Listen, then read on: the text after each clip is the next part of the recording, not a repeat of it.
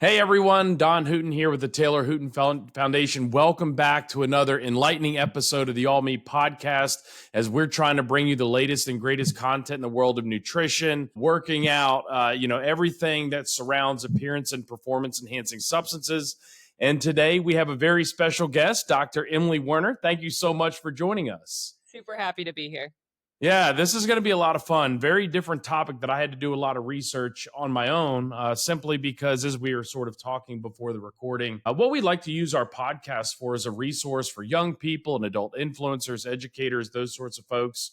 When they ask us specifically about various substances or questions, and we send them back to our podcast for a resource. But before we dive into today's topic, I'd like to kind of get to know you a little bit better. I know the guests would like to get to know you about a little bit better, but sort of tell us about young Emily and what got you excited at a young age to become, a sports dietitian and love the world of nutrition.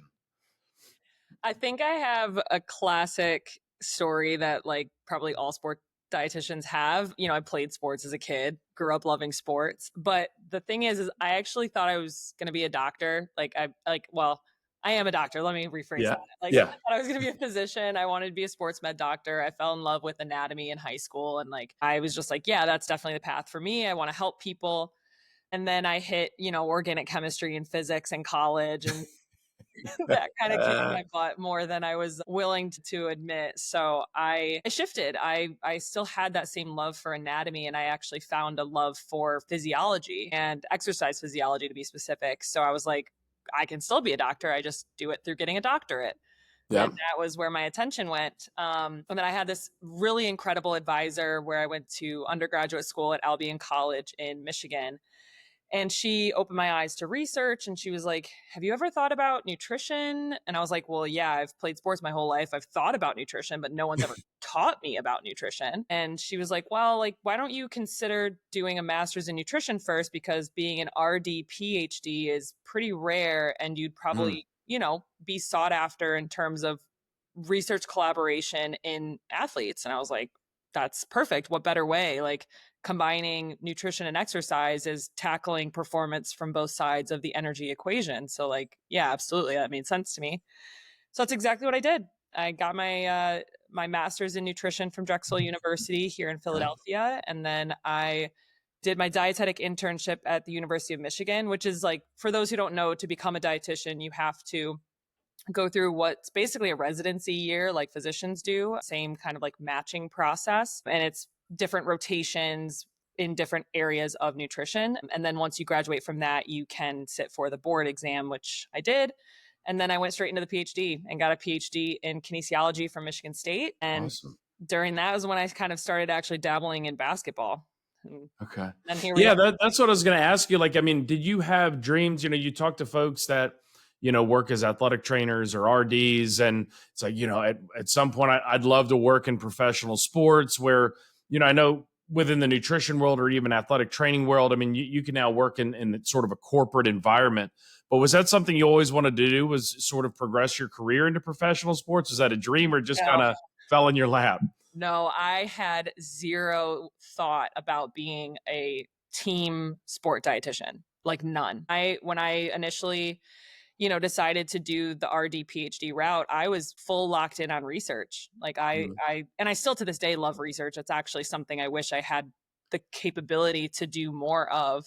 And it wasn't until my time at Michigan State that I had my first, well, actually, no, it was during my dietetic internship at the University of Michigan. I had my first rotation in collegiate sports. And I got to learn from Caroline Mandel, who's the director there in the athletic department. And she's an OG in sport nutrition in the collegiate setting. And learning from her, I walked out of that experience still thinking nope, I don't want to do this. I want to inform the practice from behind the scenes. I want to be the one who's putting out the papers on the evidence-based, recommendations that kind of just foundationally guide everybody. And then when I was at Michigan State, I worked with men's and women's basketball. And it was during that time that I was like, maybe I do like the one-on-one consultations. Maybe I do like getting to know the athletes better and being able to use the knowledge that I have and teach them about it in hopes of bettering their life, not just their performance. And then the Sixers thing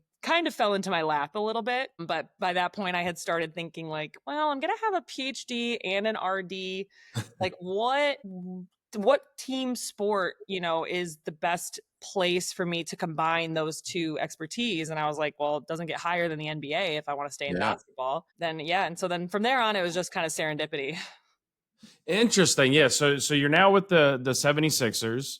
You're the team's registered dietitian, sports dietitian. I mean, what's it like working with like the world's best basketball players? Like, so what do you do with them on a day-to-day basis to help keep them fueled, healthy, and obviously have energy for a very, very high endurance sport? Yeah. Well, it is like working with a bunch of 20-year-old dudes, 20 to 35. Yeah, yeah. It's like they are from a personality and like life standpoint, they're just like anybody else. They just have the skew and the worldview that comes with having like millions of dollars. That's a little bit different. My experience, like I've always worked with really great players that I've been with the Sixers for 5 seasons now, and like all the guys have been wonderful. I've seen everyone from the biggest of superstars down to like people whose name you probably have never heard of, and everybody is a different form of humble, but like no, I really haven't had major like issues with anybody. So on a human level, they're chill. From the performance standpoint, it's really interesting because yeah, like you said, they're the top 1% of what they do, but so are all the practitioners around them. Like we are the top 1% of what we do theoretically, if the Yeah. organization does their job when hiring people. And so for me, being in the top 1% of what I do means I need to be as effective as possible. I need, obviously, like the knowledge has to be there. That's a baseline. But then for me to be effective, the best way that I've found to do that is through building relationships. So my biggest priority is to maintain my relationships with the players so that they continue to trust me. And then on Yes. top of that, they'll actually listen to my recommendations. And then as far as like applying those recommendations, sometimes it is telling them to do something, texting them to remind them to do something, or, walking through the buffet line with them. Sometimes it's literally putting supplements in their hand and watching them take them to make sure they take them. You know, it can be a lot of, for lack of a better term, spoon feeding. Yep. I haven't gotten to that point where I've actually had to physically spoon feed anybody, but we could get there. But it's a lot of just it's a lot of paying attention. Like I think I've developed a good sense of awareness and being able to predict what they want and what they need before even they know it has helped. What I was curious about, especially at the professional level, no matter what professional sport it is, when you get some of these athletes that get into the super high income levels, big contract players, do you ever find where they might have their own chef or their own performance coach? How do you, as the team's RD, work, whether it's with their chef or their performance coach? Are you interacting with those folks? Or are you having to go through the player to do so? Yeah, I've had players with their own dietitian before. Oh, wow. Okay, cool. Yeah, so I would say most players tend to have a chef or they want some sort of meal delivery service set up outside of the facility because not many of them like cook for themselves. A handful of them have, Yeah. partners, whether that be a wife or a girlfriend, or maybe their parents are around. And like, so some of them have some sort of person to cook at home, whether that's a hired chef or not. But yeah, I try to communicate directly with that person. I've done it before where it goes all through the player, which is just, it's less efficient for Mhm. me. Like, and that to me is also part of the relationship building Yeah. process with the player. If they trust me, they'll just hand over the person's number, or they'll say, hey, can you find me somebody? Yeah. So then it's somebody like I'll work really closely with the team executive chef to place a chef with that player that we Okay. would work for them, would work for what, kind of goals they have. But the biggest thing for me is like, if a player is paying out of their pocket to have this external practitioner, they're doing it for a reason. Yeah. And it's part of my job to make sure that I'm on board with or in support of everything that they're doing, or at least I'm trying to be. Like if I get shut out, I get shut out. Like I'm Yeah. I'm not going to fight somebody for anything really. And unless we got to a point where I think somebody's like giving malpractice advice, Mhm. then I might make a big deal out of it. But otherwise I'm like, you know what, if you don't want to work with me, like one less Yeah. thing on my plate. And Yeah. Yeah, because I'm thinking, you mentioned the whole relationship thing, and I think a lot of people. I've had the opportunity to meet, various professional athletes and get to know them and learn about their lifestyles and how they eat and supplements and that sort of thing. And we've interviewed some here on the All Me podcast, but I think it's really important for people to understand that it's not like you're having to just walk up and tell them you need to do this, this, this, and this, because as an athlete, especially some of these higher pay guys, like, dude, I don't need to listen to you. I can go out and hire my own people. So I think it's a really good point that you made, that you've also got to develop that trust with them, because, hey, I mean, their health, their nutrition, their performance, working together with you is like working with the team to make sure that everybody's performing better. Yeah, absolutely. And whether the player works directly with me or not in terms of nutrition consultation, I plan all the food on the road. Okay, that's what I was going to ask you. They are touched by my work at some point or another, so they have to interact with me in a way if they want things that they want. So, I always make sure I have a good relationship with everybody, whether or not I have a great relationship with everybody. But they can always, like, my goal is that they know they can always approach me. Like, I'm never shut off Yep. to anything. So when they do go on the road, are you traveling with the team to ensure, the food that you're recommending or the food that, you're having prepared ahead of time is what they're receiving? That being question number one. And number two, are you working with, the other team's facilities, their chefs, to prepare the food? Or are you having to call catering services to bring stuff in? So to your first question, I travel some. It ends up Okay. being somewhere between 40 and 50% of road games I went on Okay. last year. We've varied it from year to year, but last year it was like if a road trip is 3 or more games, I traveled on it. So that would Okay. be anything at least a week long, like I was basically there for, which tends to be about one trip a month. Okay. To your second question, we never use another team's facilities, like another market, like at Okay. least their practice facility. At their arena, there, I don't want to say that there aren't any teams. There are some teams who utilize the same catering company that their arena uses, but for the most part, it's a separate entity. Okay. So I will coordinate with the arena catering staff for Okay. certain needs, like really simple stuff. I pretty much use them for beverages because, frankly, like arena catering just isn't the highest quality food. And then I will coordinate with caterers in the city to Okay. bring in set up food for both pre and post game at the arena. Okay. What about the hotel when they're there?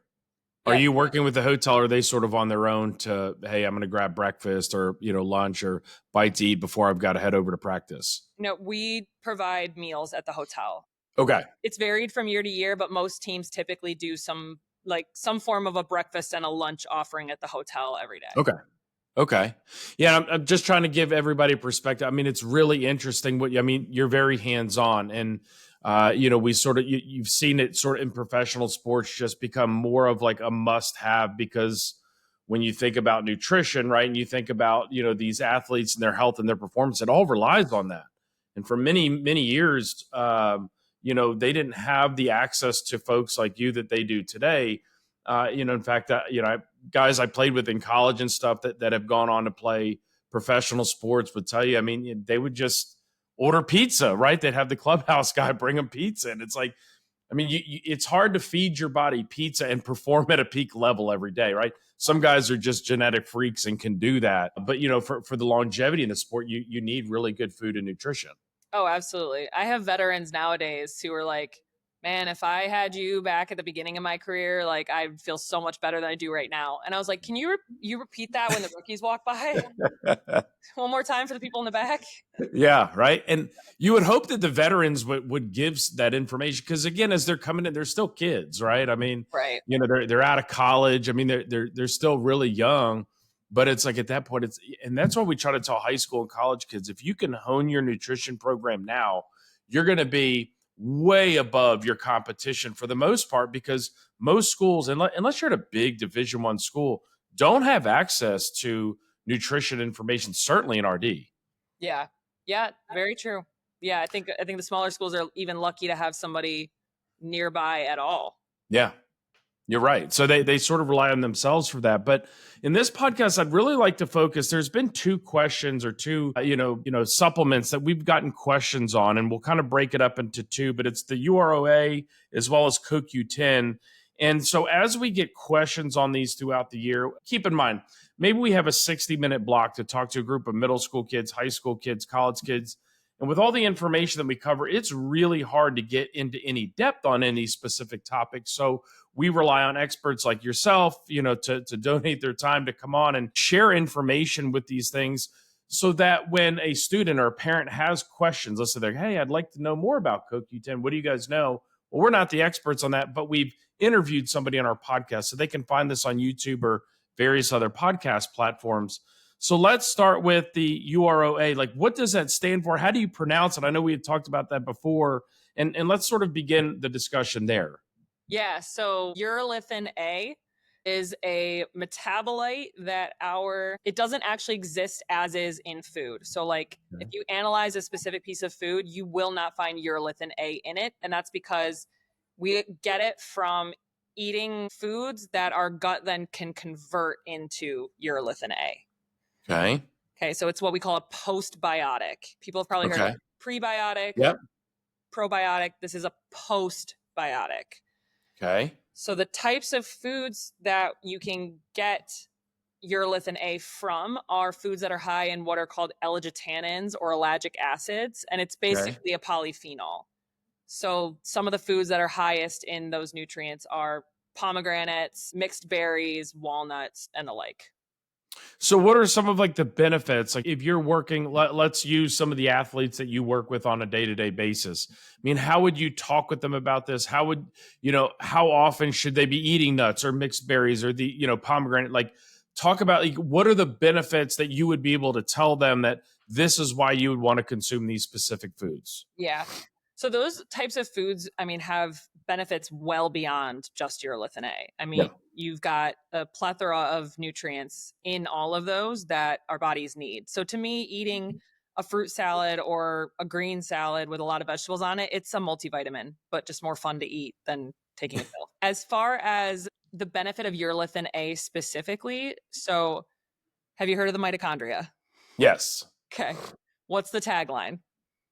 Oh gosh, it's been a long time. So that was like what, middle school science science class. Everybody's been through it. It's the powerhouse of the cell. That's right, the powerhouse of the cell. Okay. So the reason that it has that term coined is because the mitochondria are basically like the place where all of the food that we eat is kind of like filtered through on the cellular level to create ATP or our energy, right?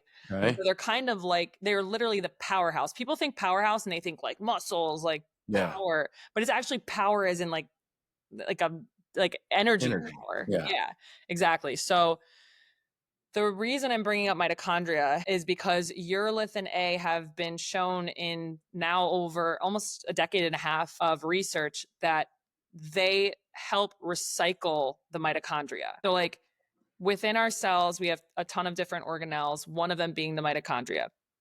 Our cells alone, they have a recycling process. It's called autophagy, which people have probably heard the term. The mitochondria themselves go through mitophagy, which is a recycling process. It's its own little life cycle. And it's based in evolution, really, because the mitochondria are so vital to the life form that they need their own recycling process, because as we age and as we like incur stress, they become dysfunctional. So it's an evolutionary need to recycle themselves, because then they can be better about producing energy, which obviously we need to survive. Okay. So this process of recycling gets worse over time as we age and, as we experience different stresses, whether that be like disease states or just a lot of, exercise is a stressor, like anything that builds up what are called reactive oxygen species in our system. So urolithin A helps that recycling process, which can rejuvenate the mitochondria so that they can just do their job better. Okay. Make it more efficient. Yeah, essentially, like you're improving the pool of mitochondria that exists, because all of your cells, except for red blood cells, all of your cells contain mitochondria because they all have a Wow. need for energy, and they contain thousands of mitochondria. So if your mitochondria become dysfunctional, then you're going to have less energy produced. You're going to have a downstream effect of just physiologic dysregulation, really. I mean, there's a lot of disease states that are associated with mitochondrial dysfunction, diabetes being one of them, Alzheimer's being another, heart disease being another. So having a refreshed pool of mitochondria is nothing but a benefit. Okay.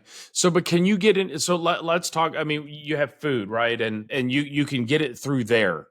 But are there any specific dietary supplements that somebody could take daily, or do they have a mixed and multivitamins to make sure that you're getting enough of this, this substance or supplement?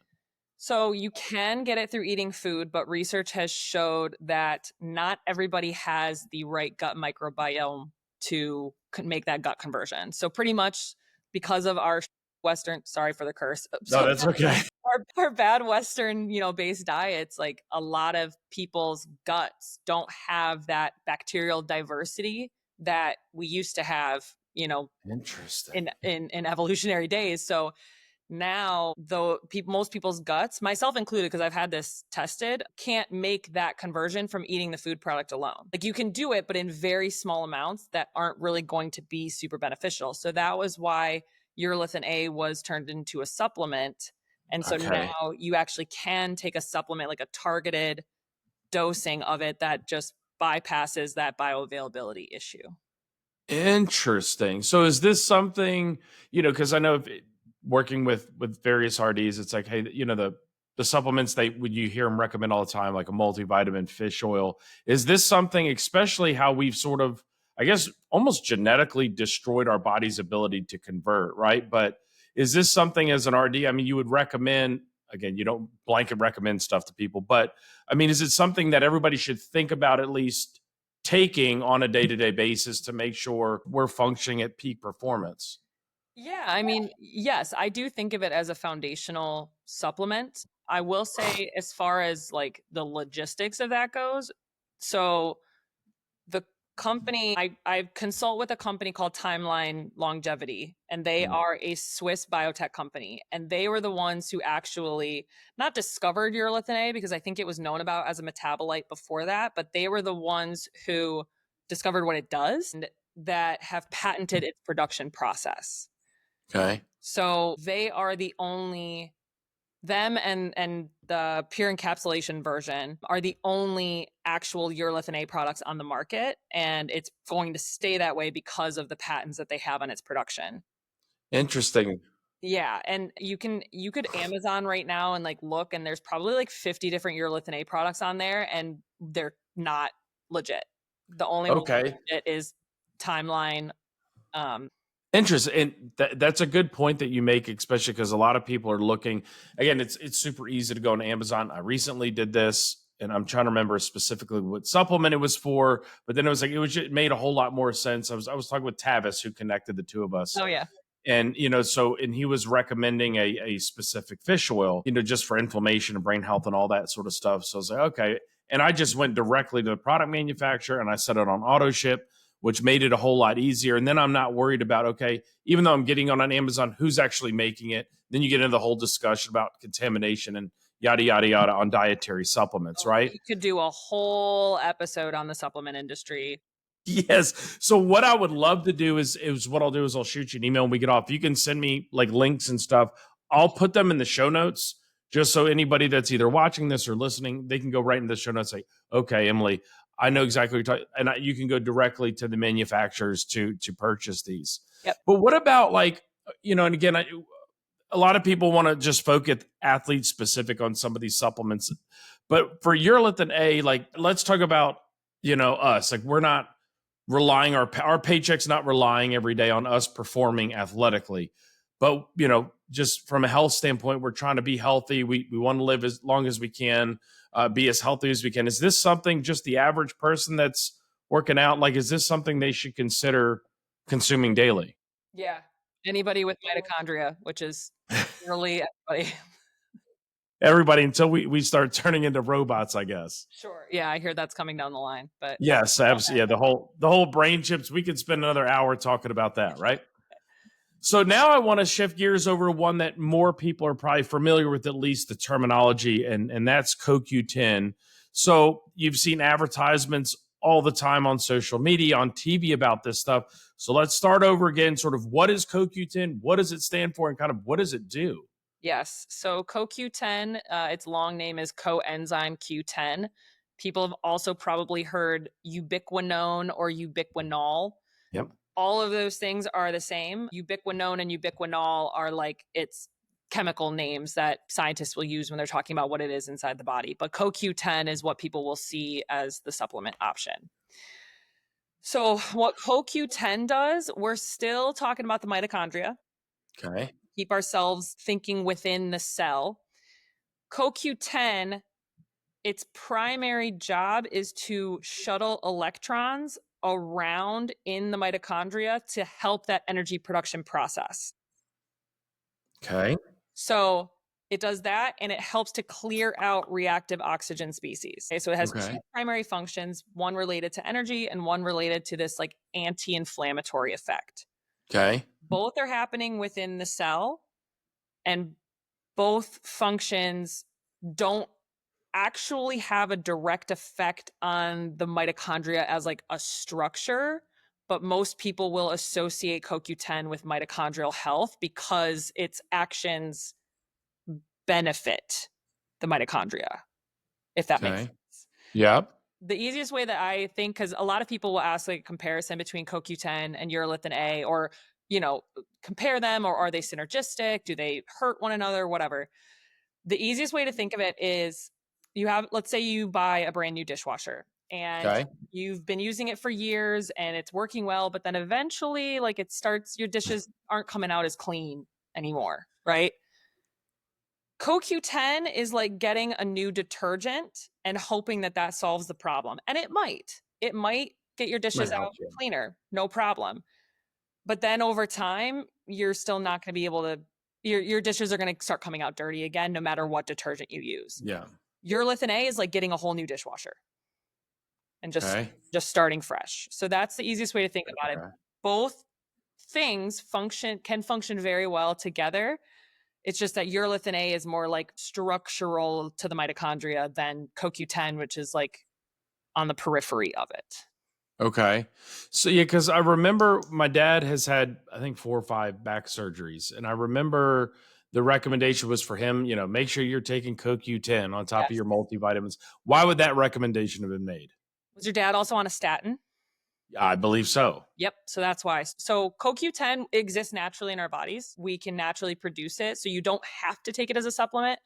However, with age and stress, like I was talking about with urolithin A, our production and our upkeep of CoQ10 declines with time. Okay. Statins make that worse. Statins reduce your CoQ10 in your body. So that's why most physicians are, and if not, they probably should be, recommending a CoQ10 supplement alongside of a statin. Interesting. Okay. So that makes sense. Now, so you say, the CoQ10s exist within the body. And one of the things we always try to do, especially with young people, because again, they're looking to find the latest powder pill supplement that gets them from point A to point B the quickest. Yep. So it's always a food first diet, right? If you can eat in a perfect world, a perfect diet, there's many supplements likely you won't need to have. But do you get CoQ10 in food, or is the only way to get it is through supplementation? Nope, you get it through eating meat. Okay, so meat, like okay, like steaks, chicken, fish, like all types of meat. Yeah. Those with more mitochondria, because that's kind of where the CoQ10 typically hang out. I can't off Okay. the top of my head think of exact like what meats are highest in it. But a meat-based diet is going to provide sufficient CoQ10 from the diet itself. Again, up until a certain age, when your natural levels start declining, like CoQ10 is something that if somebody's whatever age they get on a statin, I'm thinking of CoQ10. And then even if they're not on a statin and somewhere around that like 35, 40 and up age, I'm like, hey, how are your energy levels doing? Maybe this is something we consider. Okay. Interesting. So, I mean, from your athlete standpoint, I mean, is this helping them with recovery? I mean, I guess the other question, so like focused on the athletes, let's go back to them for a minute. Mhm. At that level, I mean, you're likely looking at blood work and this and that. Is that stuff, is this something that, and I've recently hired an RD, and that was one of the first things she had asked is, let's look at your blood work extensively. And I was getting ready to have shoulder surgery. It's like perfect time. They've got to draw your blood for all that sort of stuff. So anything specific you'd look at. So when you're in your sort of position working with professional athletes, are you reviewing their blood work with them? Like, hey, we know you're deficient in XYZ, so maybe we need to supplement or increase these types of meals to get you that, get the levels up of what you're looking for. Does Yeah. that make sense?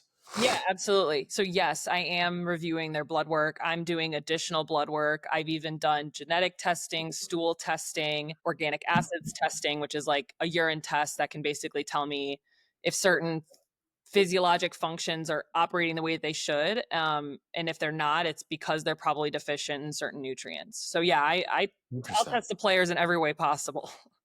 Okay, interesting. Yeah, because I'd imagine, especially at that level, at the professional level, when they're doing blood work and physicals, and whether you're looking at a trade or you're looking to draft somebody, you're looking at all those different levels because we know, and that's what she was telling me. You're deficient in XYZ, so these are some different supplements you should look at. Which it's interesting, you find yourself with more energy, you find yourself sleeping better, just overall operation in your body feels better. But most people don't think, especially as we get a little bit older, right? You start feeling some of these things more, but they don't think like, hey, maybe I should go to my doctor. And most primary care physicians aren't going to sit there and go through all of that stuff with you. Correct. Like you're going to be in their office 10, 15, 20 minutes, talk about, hey, how do you feel? And we sort of treat with medicine, right? Where it's not like, hey, you're deficient in this. Yep. I don't think I've ever had a primary care physician just say, hey, have you thought about using this supplement to help bring these up? To be fair to them, they're not trained in nutrition. I want to say it was a Harvard publication a couple of years ago that said physicians receive on average 24 hours worth of Oh, nutrition wow. education in their entire degree. Which is kind of mind boggling to think about, right? Somebody taking care of you. It is, yeah, it is and it isn't. Like in a perfect world, this person's brain would be able to hold all the information Oh, you necessary just can't. to like do that. But I don't have that expectation of them, but I have the bias of being in the profession that they can easily make referrals to, and a clinical Yep. dietitian can be the expert, and kind of pick up where the physician left off. Because you're Yeah. absolutely right. Physicians are trained to treat Yep. situations with medicine, whereas dietitians are both trained to treat situations with food, but we're also Yeah. trained on more of that preventative side as well. That's why I guess, especially, at the level of the NBA, I mean, you have physical therapists, you have multiple athletic trainers. Some teams I know, even in the NFL, where the teams are, a lot bigger, you have multiple RDs. You have, so many different people where years ago, we have a few board members where, they were in the 60s, 70s, 80s, and they were athletic trainers. And they were the only athletic trainer for the entire team. I'm like, so you were responsible for taping, repairing, like, did you guys even sleep? Where today, I think we're way more focused on the athlete's health and performance, and they can make investments to have bigger staffs where you have more specialties. Yep, that's exactly how it's gone. We have our head athletic trainer has been with the organization for near 30 years, if Yep. not over 30 years, and he's spoken exactly on that. Like back in the day, he used to be the one doing everything that PTs, ATs, dietitians, strength coaches Yeah. do now. He probably looks like he's 90 years old, and the guy's not that old. Just trying to do so much stuff. No, no. It's just like, but it's pretty amazing where technology and stuff's brought us. So, I mean, I thank you so much. I mean, this has been just one for me, a wealth of knowledge, and I know it will be for our listeners and viewers out there. But before I let you go, anybody that has followed the All Me podcast, we have what we call our curveball round at the very end. So these really aren't anything sort of associated with what we're talking about. They're more fun. We always like to end our podcast this way. And so I've prepared these 3 questions for you. So what I'm going to do, I'm going to read you the question. And the first thing that comes to mind is how you answer. Okay. You tell me when you're ready, and I'll read you the first question. All right, go for it. All right. The first question, you might laugh at this one, but if somebody were coming to visit you in Philly, where are you taking them to get a cheesesteak? Oh my, Angelo's. Okay. All right. I was like, all right, a lot of people are like, but wouldn't you go to Pat's and Gino's? No. Yeah. So, Anybody that's been in Philly long enough will tell you that. oh So my Angela. gosh. Yeah, I had Pat's and Gino's when I did a visit to Drexel before my master's. My dad took me out here, and he big diners, drive-ins, and dives guy, and he was like, "Oh, we got to go to Pat's and Gino's. We got to check this out. Get understand the Philly cheesesteak." And we got one of each and split them, and we both looked at each other. We're like, "These suck." Yeah. And so yeah, Angelo's above all. I've got other recommendations if people want. Angela's okay. So yeah, it's been many, many years since I've had a cheesesteak. But when I get in town, I know where to go and that sort of stuff. But I know it also has to do, and people don't understand this, but the rolls. Yeah, absolutely. Something with the water, as they say up there, is a little bit different. All right. So here's the next question: what is the most ridiculous thing you believed in as a kid? I had trouble with this one too. I started laughing myself because a lot of stuff came to mind. Probably that I was going to be a physician. You know what's funny about that? Tavis Piattoli, right? Yeah. And he's hosted a lot of our podcasts for us. And he talks about how, his goal, when he got to LSU is he wanted to be a physician and somehow ended up in a class at the time that was all girls. And he became a sports dietitian, which is pretty interesting. Love that for him. Yeah. So the last question here is, who do you think is the all-time greatest basketball player ever to live? You're trying to get me into a fight, aren't you? I thought again, depending on when you grew up, I just figured you being in the NBA, good final question. I think I'm going to go with Michael Jordan. But he was not my favorite. Who was your favorite growing up? My favorite was Shaq. Oh, okay. Yeah, I mean, I'm 5'10" and I played a center my whole career. So like to me, Shaq was just like, that's the guy. Okay. Interesting. So I don't watch enough or pay attention enough to understand the arguments between, like Kobe, Jordan, LeBron James. But I mean, I grew up, I remember getting my first pair of Jordans. That was just, come fly with me. Like I've watched that movie thousands of times. Yep. But he was kind of the guy. I remember meeting him when we were living in Florida and he was playing baseball. Nice. So it was really cool getting and then I left it in the sun for a long time in my room and it faded, but well. No, Emily, thank you so much for taking your time. I really appreciate you joining us today, and you've been a wealth of information.